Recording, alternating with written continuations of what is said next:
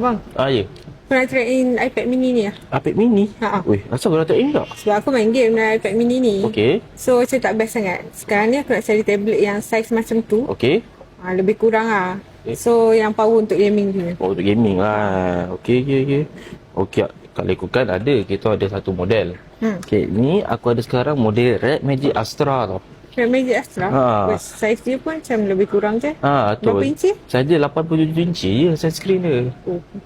Memang Lebih kecil. kurang je. Lebih kurang je. So apa yang powernya Red Magic ni? Okey, apa yang power je dengan yang ni? Chipset lah. Chipset dah pakai Snapdragon 8 Elite lah. Oh 8 inci kan. Memang cukup power lah. Lepas tu daripada segi dia punya smoothness, dia fresh rate pun dah tinggi 195Hz macam tu. Uish. Memang gambar kalau nak main game kan. Smooth gila lah. Memang smooth gila. Lepas tu dia pun ada gaming mode. Gaming mode. Lepas bateri pun cukup besar juga. Bateri besar? Bateri besar mana? Bateri 8200. So kalau nak main game 2 hari pun okey lah. Tak ada hal 2 hari. Tapi 2 hari tu lebih sangat lah. Satu hari tu okey lah. Lepas tu dia pun ada fast charging kat 80 watt. Okey lah, 80 watt kan. So kalau charge pun tak tunggu lama lah. Betul, sekejap je charge dia. Kalau macam harga pula mahal tak? Tak. Kalau macam harga murah sangat tak. Murah Macam harga dia, untuk yang 12 boleh menam. Harga dia 2,999 sahaja.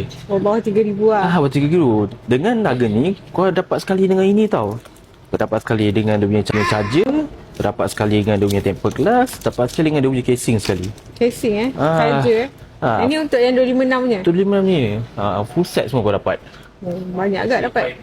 So kalau macam tolak yang ni dapat berapa? Kalau yang ni kena tambah sikit ke? Ni aku tambah sikit je lah. Kalau situ proceed lah. Proceed lah. Okay. Ni payment kau nak bayar macam mana tak? Payment nak bayar pakai cash je lah. Pakai cash je?